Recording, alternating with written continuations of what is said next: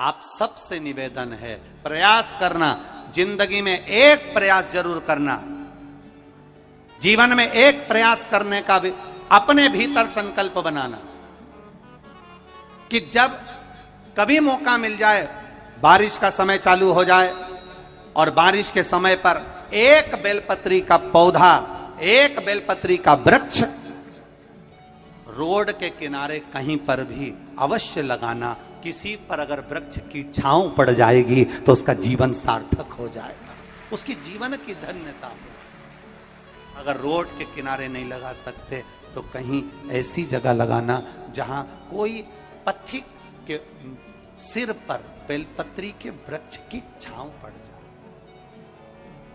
इतना कितना कहा गया है शिव महापुराण के अंतर्गत, कितना वर्णन करा गया। 1000 अश्वमेध यज्ञ कर लो, 1,00,000 सर्वतोमुखी यज्ञ कर लो, भारत की भूमि के सारे तीर्थ कर लो, लाखों एकादशी के व्रत कर लो, और शिव महापुराण की कथा कहती है हजारों गौदान कर लो, और शालिग्राम भगवान को सोने के सिंहासन पर बिठाकर सोने का मुकुट पहनाकर दान कर लो। उतना पुण्य केवल एक बेलपत्री शंकर भगवान को समर्पित करने से प्राप्त हो जाता है।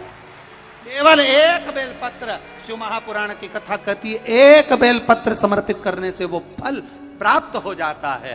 पर बेलपत्री भी कभी कौन से वृक्ष से तोड़ना चाहिए, कैसे वृक्ष की बेलपत्र होना चाहिए।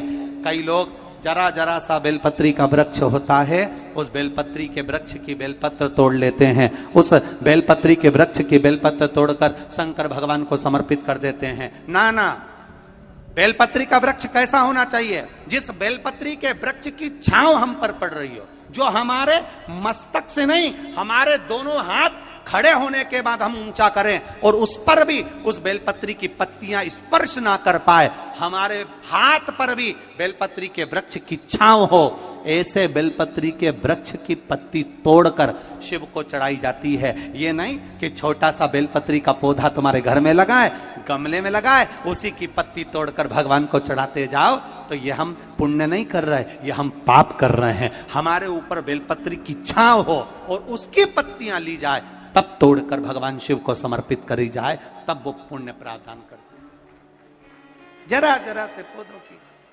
पत्तियां हमको पुण्यता नहीं देगी, जरा जरा से पत्ते की पत्तियां हमको पुण्यता प्रदान नहीं करेगी। पुण्यता तब देगी जब वो वृक्ष बड़ा हो जाएगा, जब वो वृक्ष बड़ा हो जाएगा, उस वृक्ष की मूलता बढ़ जाएगी।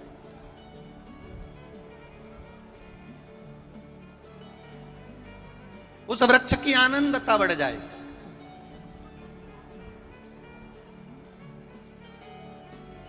अब करो भजन। कई लोग यहां बैठे हैं ऐसे, ढेर सारे, एक दो नहीं, यहां पर बहुत सारे ऐसे बैठे होंगे।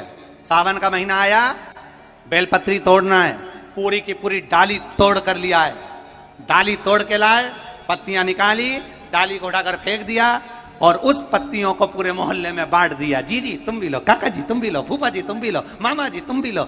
अब लोगों ने कितना तारीफ करी, हमारी देवरानी का छोरा इतना बढ़िया सारे मोहल्ले में बेलपत्री दे देता है। पर वो देवरानी के छोरे से एक बार तो पूछना कि कितने नरक में पड़ेगा जो तूने सावन के महीने में पूरी डाली तोड़ी है। जरा विचार करना, शिव महापुराण में लिखा है बेलपत्री के वृक्ष पर से बेलपत्री जब तोड़ी जाती है तो पत्ती तोड़ी जाती है, उसकी डाली नहीं। एक डाली भी अगर बेलपत्री की टूट जाती है तो उसके दूसरे अर्थात दूसरी पीढ़ी, जैसे आज वो पिता बना है तो उसका बेटा, उसके घर में संतान फलीभूत नहीं हो सकती अगर डाली टूटती है। तो पत्ती तोड़ने का नियम है, डाली तोड़ने का नियम नहीं। पत्ती तोड़ने का नियम है, अब पत्ती तोड़ो चढ़ाइए, बेलपत्र लाइए चढ़ाइए, पर डाली तोड़ने का नियम हमारे यहां वर्णित नहीं करा। डाली तोड़ने का नियम हमारे यहां नहीं बनाया गया। शिव कथा कह रही है, भगवान शंकर का संवाद कर रहा है शिव महापुराण की कथा कर रही है, हमारा किया गया भजन, और भजन में भी श्रद्धा और विश्वास की मूलता, भरोसे की मूलता, दृढ़ता।